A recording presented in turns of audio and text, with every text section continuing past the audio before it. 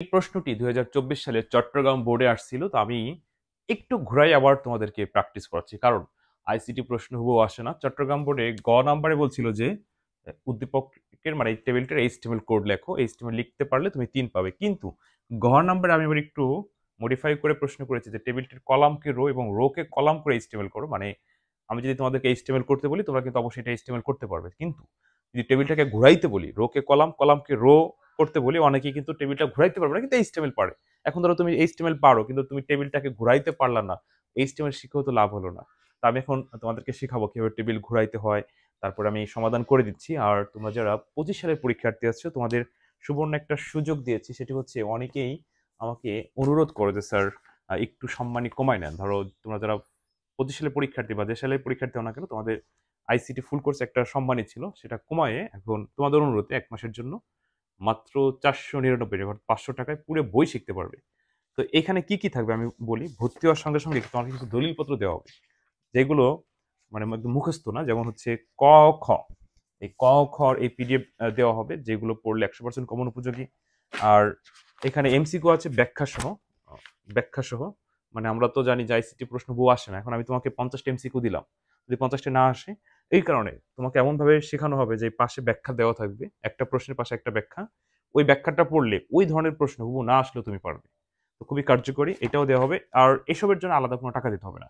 ওই ৪৯৯ টাকার ভিতরে ক্লাস, সাজেশন সব থাকবে। আর সবচেয়ে বড় কথা হচ্ছে তোমার আইসিটি ভালো করার দায়িত্ব আমার। সেই আইসিটি পরীক্ষার আগ রাত পর্যন্ত আমি তোমাকে গাইড করব, পড়াবো, হ্যাঁ? আচ্ছা, বারবার প্রায় ক্লাসে এগুলো কেন বলি?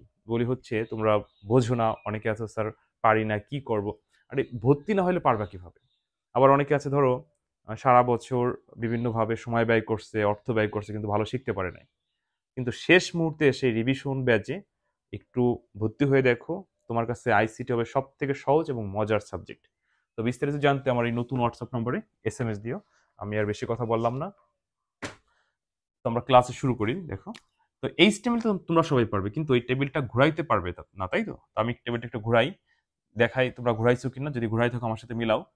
তো শোনো, প্রথমে হচ্ছে টেবিল ঘোরাবা কিভাবে আমি যদি বলি। ধরো এখানে যদি আমি ছোট্ট একটা উদাহরণ দিই, যেমন উদাহরণ দিলাম এ বি সি ডি। এখন আমি যদি বলি যে এই টেবিলটাকে ঘোরাও, তুমি কেমনে ঘোরাইতা? তুমি ঠিক এইভাবে করতা।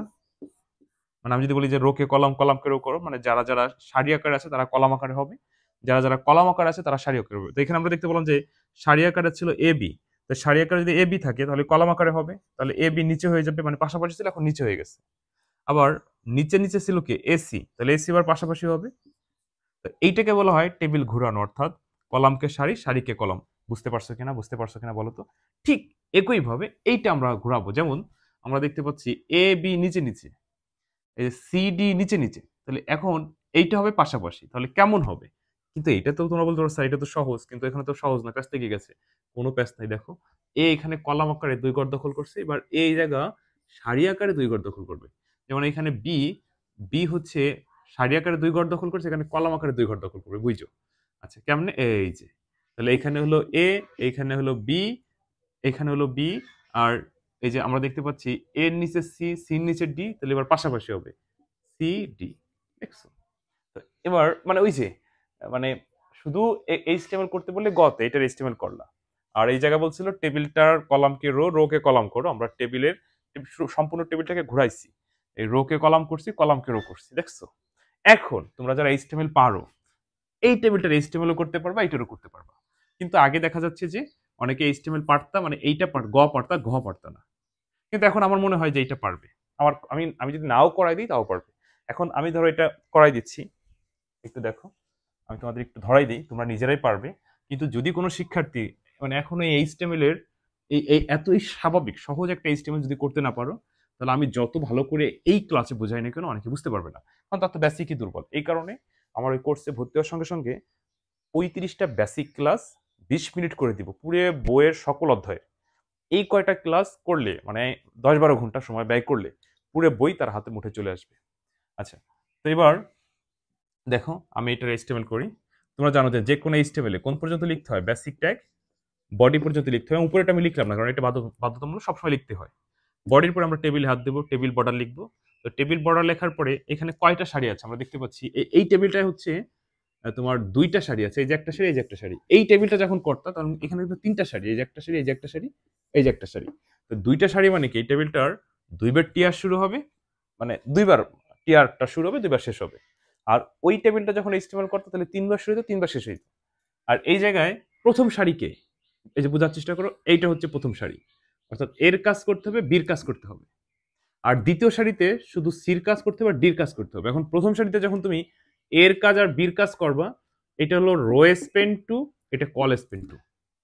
আর দ্বিতীয় সারিতে কোনো কাজ নাই, শুধু সি আর ডি এর কাজ করবো। আর এই এস্টিমেটটা করতে গেলে প্রথম সারিতে শুধু এর কাজ হইতো, আর এখানে কিন্তু প্রথম সারিতে এ আর বির কাজ হচ্ছে। আচ্ছা, আর দ্বিতীয় সারিতে হলো এই যে দ্বিতীয় সারি, এই যে, অর্থাৎ বির কাজ হইতো, সির কাজ হইতো। আর তৃতীয় সারিতে মানে তৃতীয় নাম্বার টিয়ারে শুধু ডির কাজ হইতো। আমি কি বুঝাইতে পারছি? আমি কিন্তু তোমাদের ভেঙে ভেঙে বুঝাইছি, এবার যারা জীবনে এইচটিএমএল করছো সে কিন্তু করতে পারবে। তার মানে আমি যে করে দেবো, তোমরা চুপ করে দেখবা, মুখস্থ করবা, লিখবা, এটা কিন্তু বিষয় না। বিষয়টা হচ্ছে বুঝাইলাম, এখন তুমি পারবে। আর তুমি যদি না পারো তাহলে কোর্সে ভর্তি হও, সব পারবে ইনশাল্লাহ। তো ঠিক আছে, নিজেরা এবার করো। যদি তারপরেও না পারো আমাকে কমেন্টে জানাই, আমি পরবর্তীতে সমাধান করে দিব। আল্লাহ হাফেজ, সবাই ভালো থেকো।